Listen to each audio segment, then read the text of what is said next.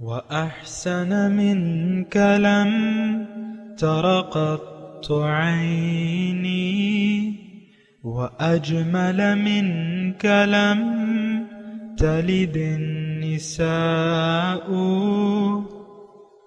خلقت مبرأ من كل عيب خلقت مبرأ من كل عيب كأنك قد خلقت كما تشاء كتاب أنزلناه إليك مبارك ليدبروا آياته وليتذكر أولو الألباب۔ یہ کتاب برکت والی ہے جسے ہم نے آپ کی طرف نازل فرمایا ہے تاکہ دانش مند لوگ اس کی آیتوں میں غور و فکر کریں اور نصیحت حاصل کریں۔ اللہم صلی علی سیدنا محمد وعلی آل سیدنا محمد بعدد کل ذرۃ مئۃ الف الف مرۃ۔ سامعین و ناظرین کرام، السلام علیکم ورحمۃ اللہ وبرکاتہ۔ سامعین کرام، سورہ الفرقان آیت نمبر 61۔ موضوع: کیا ہم اللہ تعالیٰ کی نعمتوں کی ناشکری کر رہے ہیں؟ اس کے ساتھ سامعین کرام آج کے سبق کا آغاز ہوتا ہے۔ سب سے پہلے گزشتہ سبق کا آموختہ ہوگا۔ وَإِذَا قِيلَ لَهُمُ اسْجُدُوا لِلرَّحْمَنِ قَالُوا وَمَا الرَّحْمَنُ أَنَسْجُدُ لِمَا تَأْمُرُنَا وَزَادَهُمْ نُفُورًا۔ اور جب ان سے کہا جاتا ہے کہ تم رحمان کو سجدہ کرو تو وہ منکرین حق کہتے ہیں کہ رحمان کیا چیز ہے؟ کیا ہم اسی کو سجدہ کرنے لگ جائیں جس کا آپ ہمیں حکم دے دیں؟ اور اس حکم نے انہیں نفرت میں اور بڑھا دیا۔ سامعین کرام، سورہ فرقان آیت نمبر 61۔ تبارک الذی بہت بابرکت ہے، بہت بلند ہے، بہت اعلیٰ اور عرفہ ہے، بہت مقدس ہے وہ ذات جعل فی السماء بروجن، جس نے آسمان میں ستارے بنا دیے ہیں، وجعل فیہا سراجن، اور اس میں بنایا ہے سورج کو چمکتا ہوا، وقمرا منیرا، اور چاند کو روشن بنایا ہے۔ سامعین کرام، مضمون گزشتہ سے پیوستہ ہے، اور گزشتہ مضمون میں یہ تھا کہ اللہ تعالیٰ نے اپنے نبی کو یہ فرمایا کہ جب آپ ان سے کہیں گے کہ اس رحمان کے سامنے سجدہ کرو تو یہ رحمان کو پہچاننے سے ہی انکار کر دیتے ہیں کہ رحمان کون ہے، اور تمہارے اللہ کی طرف بلانے سے ان کی نفرت اور بھی بڑھتی رہتی ہے۔ بہرحال آج کی آیت میں اللہ تعالیٰ فرما رہا ہے کہ دیکھو، تم اگر نفرت کا رویہ اختیار کرتے ہو یا رحمان سے بے رخی اختیار کرتے ہو تو وہ تو ہر کسی کی تعریف سے پاک ہے، وہ اپنی ذات میں بہت بابرکت ہے، بہت بلند اعلیٰ اور عرفہ اور نہایت مقدس ذات ہے۔ اس سے تمہارے یعنی جو تم انکار کر رہے ہو اس پہ اس سے کوئی فرق نہیں پڑتا، بلکہ بہت بابرکت ہے وہ ذات۔ اس میں اللہ تعالیٰ فرما رہا ہے جعل فی السماء بروجن، جس نے آسمان میں ستارے بنا دیے ہیں۔ بروج اونچی جگہ کو کہتے ہیں ہمیشہ، یعنی مثال کے طور پہ آپ ایک اپنے گھر میں بلند جگہ پہ برج بنا دیتے ہیں۔ برج آج بھی استعمال ہوتا ہے، برج مطلب اونچی جگہ پہ کوئی یعنی کسی چیز کے لیے آپ تو بہرحال اس سے آسمان میں ستارے مراد ہیں۔ مختصر یہ ہے کہ آسمان میں ستارے ہیں بروجن۔ وجعل فیہا سراجم وقمرا منیرا، اور ستارہ اور اس میں سورج اور روشن چاند کو بنایا ہے۔ تو بہرحال اس سے اللہ تعالیٰ کی بہرحال یہ دوسری آیت بھی پڑھ لیتے ہیں، وَهُوَ الَّذِي جَعَلَ اللَّيْلَ وَالنَّهَارَ خِلْفَةً، اللہ تعالیٰ وہ ذات ہے جس نے بنایا ہے رات اور دن کو خلفتاً ایک یکے بعد دیگرے آنے والا، لمن اراد ان یذکر او اراد شکورا، اس شخص کے لیے جو نصیحت کا ارادہ کر لے، ان یذکر یا شکر گزاری اور ارادہ شکورا یا شکر گزاری کا راستہ اختیار کرنا چاہے تو اس شخص کے لیے اس میں نشانیاں ہیں۔ بہرحال سامعین کرام، یہ دو آیات جو ہیں تقریباً ملی ہوئی ہیں، اور اس میں ایک طرف تو اللہ تعالیٰ فرما رہے ہیں کہ دیکھو میری تخلیقات کو تم دیکھو، اگر تم تخلیقات کو دیکھو گے تو میری عظمت کے تم قائل ہو جاؤ گے۔ اور ظاہر ہے سامعین کرام، ہمارے ارد گرد جو کائنات اللہ تعالیٰ نے پھیلائی ہوئی ہے اور دم بدم یہ آگے بڑھ رہی ہے، اس میں اضافہ ہو رہا ہے، قرآن بھی اس پہ گواہ ہے اور سورج بھی، سائنس بھی اس کی تصدیق کرتی ہے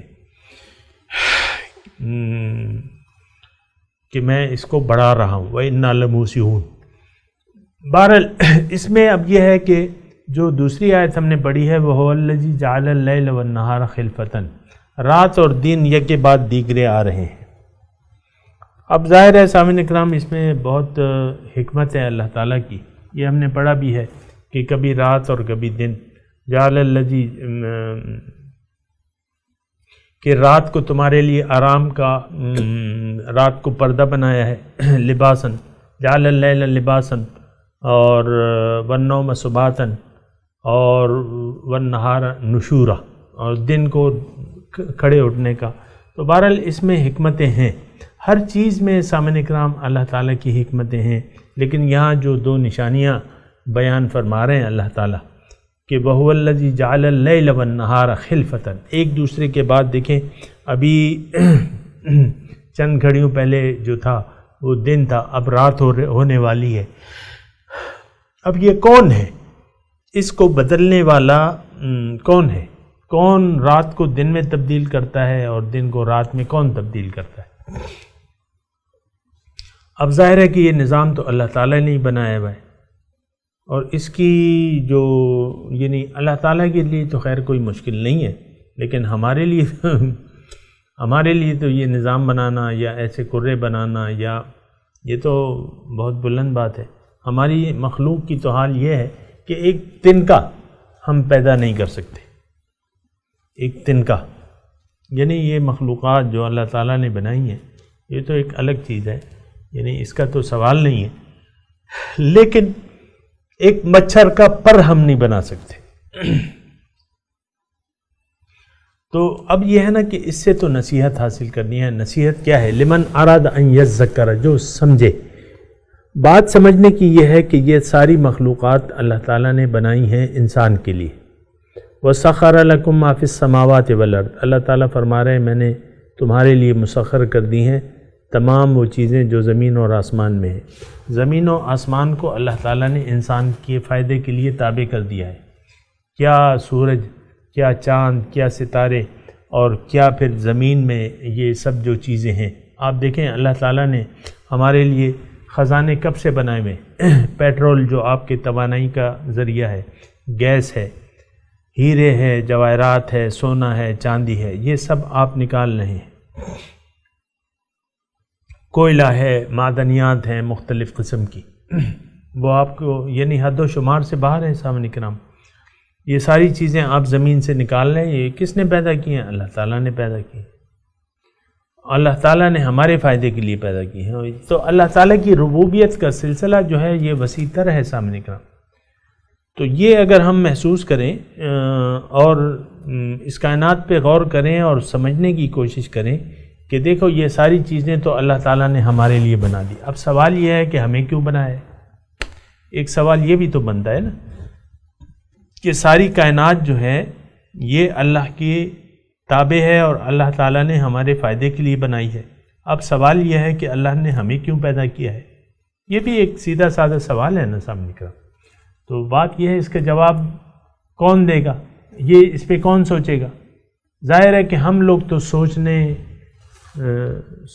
یعنی سوچ سمجھ سے تو کام نہیں لے رہے، اور اسی کی وجہ سے اکثریت جو ہے وہ جہنم کا ایندھن بننے کے لیے تیار ہو رہی ہے۔ یہ بات نوٹ کر لیں سامعین کرام کہ جو بھی عقل اور فکر سوچ سمجھ سے کام نہیں لیتا، جو بھی انسان، وہ میں ہوں، آپ ہیں، فلانا ڈمکانا جو بھی ہے، لیکن اگر عقل و فکر سے یہ زندگی نہیں گزارتا تو ان سب کا ٹھکانہ کیا ہے؟ الجہنم، جہنم ٹھکانہ ہے۔ کیونکہ جنت میں تو جو لوگ اللہ پہ ایمان والے ہیں وہ جائیں گے، اور اللہ پہ ایمان کون لوگ لاتے ہیں؟ جو سمجھ سے کام لیتے ہیں۔ یتفکرون فی خلق السماوات والارض، اپنے مقصد تخلیق پہ غور کرتے ہیں، اپنی حقیقت پہ غور کرتے ہیں۔ من عرف نفسہ فقد عرف ربہ، جس نے اپنے آپ کو پہچان لیا اس نے اپنے رب کو پہچان لیا۔ تو جو اگر ایسا نہیں کرتا، سوچ سمجھ سے، عام طور پہ آج سامعین کرام ماحول یہ بنا ہوا ہے۔ میں اصل میں تشریح کر رہا ہوں، اپنی بات کو کاٹ کے میں یہ بات کہہ رہا ہوں کہ یہ بات میں کیوں کر رہا ہوں۔ یہ بات آیت نمبر 62 سورہ فرقان پہ میں کر رہا ہوں، اس کے آخری حصے پہ، لمن اراد ان یذکر او اراد شکورا، کہ اس کا یا تو ارادہ ہو سوچنے اور سمجھنے کا تو پھر اس کائنات میں اس کے لیے نشانیاں ہیں، یا اس کا ارادہ ہو شکر گزاری کی روش اختیار کرنے کا تو پھر تب اس کے لیے نشانیاں اس میں۔ اب دیکھیں عام طور پہ سامنے کرام، یعنی یہ تو میں بھی تو ایک انسان ہی ہوں نا، آپ ہی کی طرح، اور میں بھی ایک عام انسان ہوں، تو جو میں محسوس کر رہا ہوں وہ میں آپ کو بتا رہا ہوں سامنے کرام۔ اور محسوس کیا کر رہا ہوں کہ ہم سب لوگ جو ہے دنیا ہی کی سوچ و فکر میں غرق ہیں۔ دنیا ہی کی سوچ و فکر ہے کہ زیادہ پیسے کیسے پیدا ہوں گے، زیادہ مال و دولت کیسے کمائی جائے گی، دولت کم وقت میں زیادہ دولت حاصل کرنے کا طریقہ کیا ہے، پھر اچھی جگہ شادی کیسے ہوگی، اچھا گھر کیسے بنائیں گے۔ یہ سارے منصوبے اور مقاصد ہم نے اپنے لیے مقرر کر دیے کہ ہمارا اچھا گھر ہوگا، شادی کریں گے، بچے ہوں گے، ایک خاندان بنائیں گے اور بس پھر مر جائیں گے۔ یہ مرنے کا ہم نہیں سوچتے۔ لیکن بات یہ نہیں ہے سامنے کرام، بات یہ ہے، حقیقی بات جو ہے کہ اگر ہم سوچ و فکر سے کام نہ لیں تو ہمارا ٹھکانہ، میں لکھ کے نہیں دے رہا، قرآن میں یہ لکھا ہوا ہے کہ جو لوگ بھی نہ کسی کی بات سننے کے لیے تیار ہیں اور نہ عقل و فکر سے کام لینے کے لیے تیار ہیں، یہ سب جہنم کا ایندھن بنیں گے سامنے کرام۔ یہ قرآن میں لکھی بھی ہے بات، لو کننا نسمع و نعقل ما کننا فی اصحاب السعیر، سورہ ملک دیکھ لیں آپ، سورہ ملک میں ہے، دوزخی جب دوزخ کے کنارے پر کھڑے ہوں گے تو ایک افسوس کریں گے۔ افسوس کیا ہوگا کہ لو کننا نسمع و نعقل ما کننا فی اصحاب السعیر، اگر ہم عقل سے کسی کی بات سن لیتے اور کسی کی بات سن لیتے یا خود ہی سوچ لیتے، عقل سے کام لیتے۔ یہاں بھی کیا ہے، لمن اراد ان یذکر او اراد شکورا، تو سورہ ملک کی وہ آیت میں پوری کر دوں تو ما کننا فی اصحاب السعیر، وہ کہہ رہے ہیں کہ آج ہم دوزخ والوں میں سے نہ ہوتے۔ اب یہاں جو آیت ہے سامنے کرام، اللہ تعالیٰ فرمائے اس میں نشانیاں ہیں، اس دن اور رات کے تبدیل ہونے میں ایک کے بعد دیگرے جو یہ آ رہا ہے، اس میں نشانی ہے۔ لمن اراد ان یذکر او اراد شکورا، کہ جو نصیحت حاصل کرنا چاہتا ہے، سوچنا چاہتا ہے، تذکر نصیحت یا سوچنا یا دہانی، او ارادہ شکورا، یا اس کا ارادہ ہو کہ میں شکر گزاری کی روش اختیار کر لوں، ان کے لیے اس کائنات میں پھر نشانیاں موجود ہیں۔ لیکن افسوس سے میں یہ کہہ رہا ہوں سامعین کرام کہ ایسا ماحول نہیں ہے آج کوئی بھی سوچنے سمجھنے کے لیے تیار نہیں ہے۔ دنیا کے لیے تو سوچتے ہیں لوگ، لیکن آخرت کے لیے کہ بھئی مرنے کے بعد کیا ہوگا، اور ہمیں دوبارہ جب جی اٹھایا جائے گا تو ہم کیا کریں گے اور ہمارا انجام کیا ہے، یا یہ نعمتیں جو اللہ تعالیٰ نے ہمیں دی ہیں، تھوڑی توجہ سامنے کریں۔ اللہ تعالیٰ نے ظاہر ہے کہ نعمتوں سے تو نوازا ہے، ساری ہماری یہ ظاہری وجود جو ہے یہ بھی ایک نعمت ہے۔ اب دیکھیں مجھے اللہ تعالیٰ نے کتنا حسین جسم دیا ہے، اور کوئی بھی آپ کو کوئی بھی یہ نہ کہے کہ میں حسین نہیں ہوں. اللہ تعالیٰ نے بنایا بھائی، اللہ تعالیٰ کی تخلیقات حسین ہیں، اور اللہ تعالیٰ نے خود فرمایا کہ تمہاری صورت میں نے بنائی ہے. وَالَّذِي يُصَوِّرُكُمْ فِي الْأَرْحَامِ، تو میں کیسے اسے بدصورت کہہ سکتا ہوں؟ تو کتنا حسین جسم ہے، کتنے اچھے قوتیں ہیں، کتنی اچھا دماغ اللہ تعالیٰ نے دیا ہے. یہ میں اپنے بارے میں کہہ رہا ہوں مثال کے طور پہ. تو اس کا مطلب یہ ہے کہ مجھے اب اس کا شکریہ ادا کرنا ہے، یعنی جس مقصد کے لیے یہ اللہ تعالیٰ نے مجھے یہ جسم دیا ہے، یہ زندگی دی ہے، یہ قوتیں دی ہیں، یہ عقل دی ہے، تو اب مجھے اس کا شکریہ ادا کرنا ہے، یعنی اس کو بجا استعمال کرنا ہے. تو بجا استعمال کرنے کا طریقہ کیا ہے، کہ اس کا شکریہ کا طریقہ کیا ہے کہ یہ نعمتیں میں اللہ تعالیٰ کی مرضی کے مطابق استعمال کروں. یہ تمام نعمتیں میرے پاس، جو وقت ہے، جو میرے پاس دولت ہے مثال کے طور پہ، جو اللہ تعالیٰ نے دی ہے، جو بھی ہے میرے پاس، تو وہ اللہ تعالیٰ کی مرضی سے میں استعمال کروں اور اس مقصد کے لیے جیوں جس مقصد کے لیے اللہ تعالیٰ نے مجھے پیدا فرمایا ہے. اور وہ مقصد کیا ہے؟ اللہ.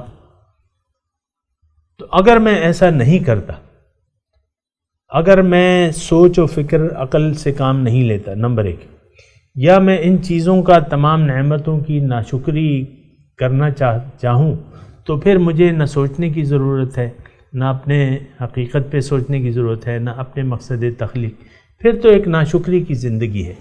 اور سامعین کرام، یہ بات نوٹ کر لیں کہ جو لوگ سوچتے اور سمجھتے نہیں ہیں، یقیناً پھر ان کی، اور جو اپنے رب کی یاد سے حقیقتاً غافل ہیں، تو پھر یہ ہے کہ ان کی توجہ ظاہر کی طرف ہو جائے گی، یعنی لا محالہ دوسری تو کوئی چیز ہے نہیں. دیکھیں، یا اللہ ہے یا ما سوی اللہ ہے.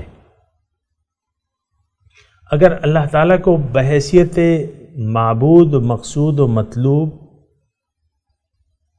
آپ نے بھلا دیا، مقصود، محبوب و مطلوب و معبود، اگر ان حیثیتوں سے اللہ تعالیٰ کو آپ نے نظر انداز کر دیا، اور بس وہ ایک عام سی بات کہ بھئی اللہ ہے یا اللہ ایک ہے، اس کا معنی آپ نہیں جانتے کہ اللہ ایک ہے کہ کیا مطلب.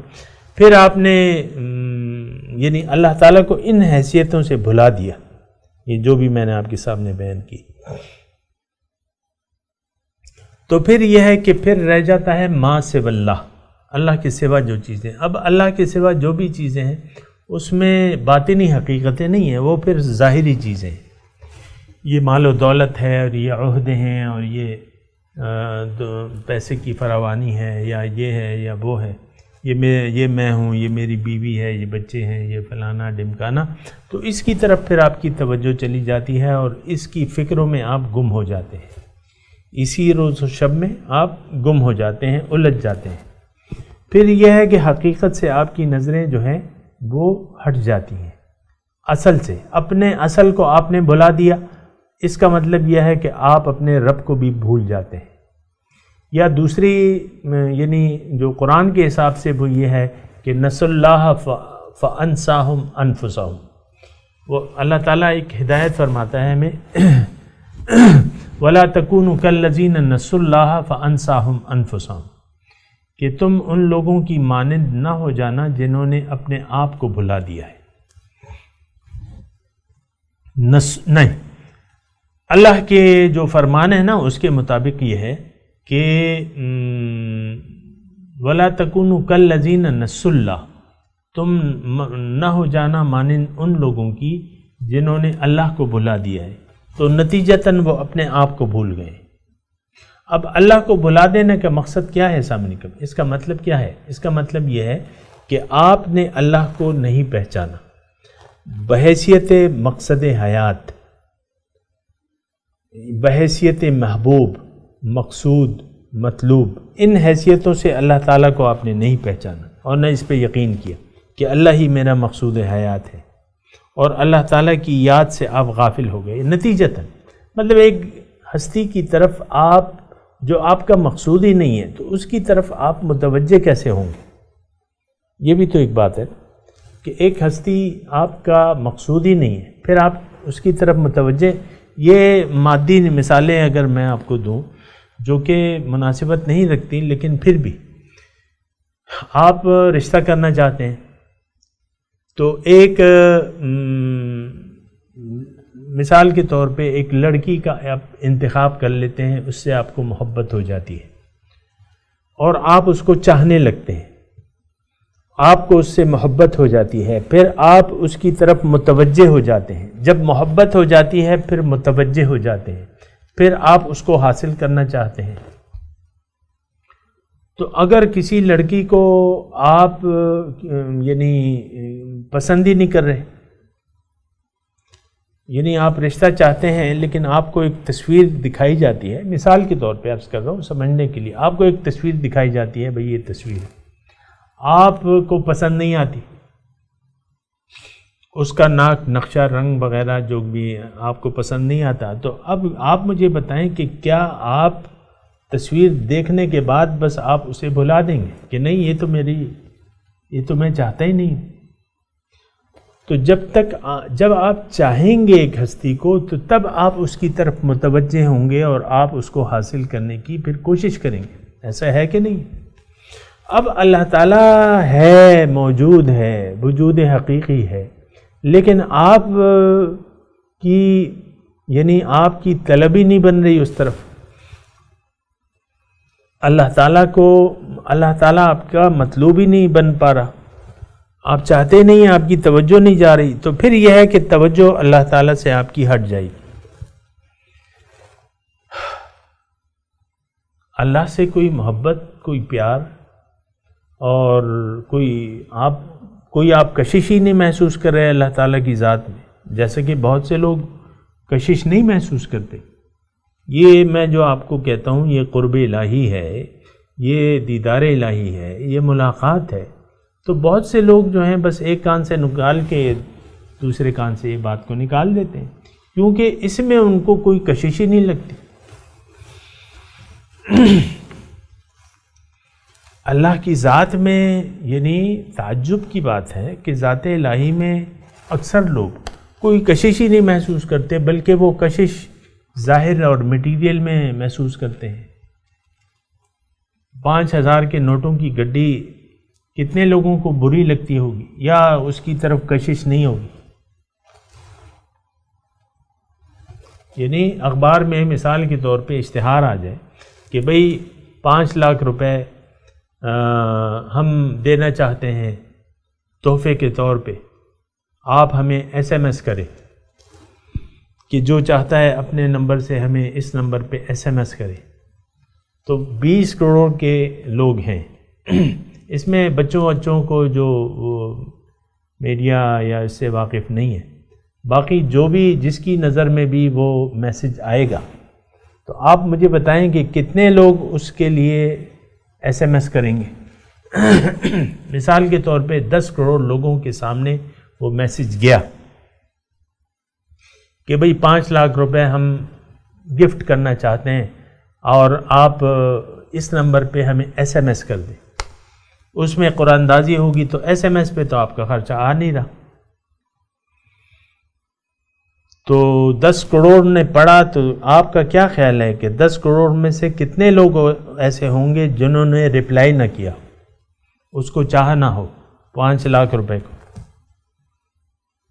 یہ تھوڑی سی سوچنے کی بات ہے۔ اب اللہ تعالیٰ کی طرف متوجہ کرنے والے لوگ ہیں، داعیان الی الحق ہیں، لیکن لوگ اس میں کوئی کشش ہی ان کے پیغام میں نہیں نظر آتی۔ اللہ کا قرب، اللہ کی ملاقات، اللہ تعالیٰ کا دیدار بہت بڑی چیز ہے، بہت بڑی چیز ہے،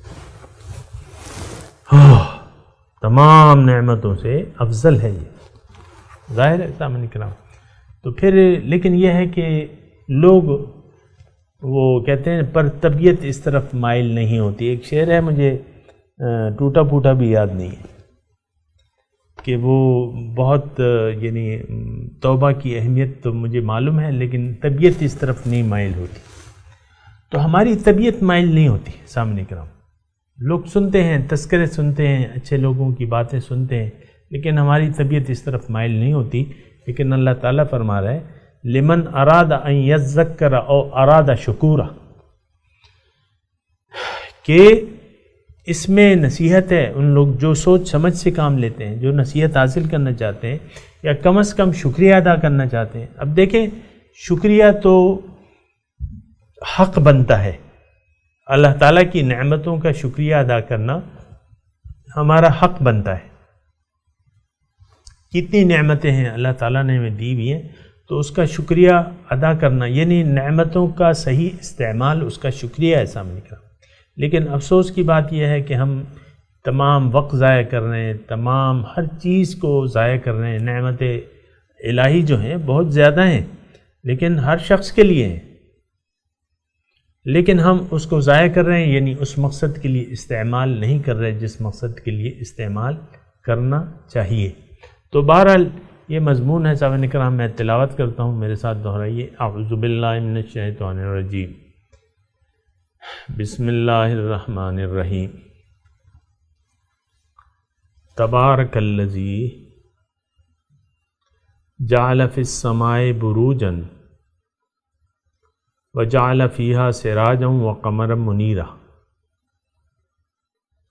وہو الذی جعل اللیل والنہار خلفۃ لمن اراد ان یذکر او اراد شکورا۔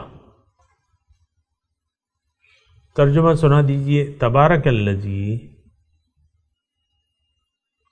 اللہ تعالیٰ وہ ذات ہے، جعل فی السماء بروجن، جس نے آسمان میں ستارے بنا دیے ہیں، وجعل فیہا سراجن، اور بنایا ہے اس میں سورج کو چمکتا ہوا، وقمرا منیرا، اور چاند کو روشن۔ وہو الذی، اللہ وہ ذات ہے، جعل اللیل والنہار، جس نے بنایا ہے رات اور دن کو، خلفتن، یکے بعد دیگرے آنے والا، لمن اراد ان یذکر، اس شخص کے لیے جو سمجھنا چاہے، جو نصیحت حاصل کرنا چاہے، او اراد شکورا، یا اس کا ارادہ ہو اللہ کی نعمتوں کے شکریہ کا، ان کے لیے اس میں نصیحت ہے۔ سامعین کرام، اب ان آیات کی تلاوت اور ترجمہ۔ تبارك الذي جعل في السماء بروجا وجعل فيها سراجا وقمرا منيرا. Blessed is he who placed constellations in the sky, and placed in it a lamp, and an illuminating moon. وهو الذي جعل الليل والنهار خلفة لمن أراد أن يذكر أو أراد شكورا. And it is he who made the night and the day alternate, for whoever desires to reflect or desires to show gratitude. سامعین اکرام، اس کے ساتھ ہی آج کے درس کا وقت اختتام کو پہنچا۔ اگلے درس میں انشاءاللہ ملاقات ہوگی۔ وآخر دعوانا ان الحمدللہ رب العالمین، والسلام علیکم ورحمۃ اللہ وبرکاتہ۔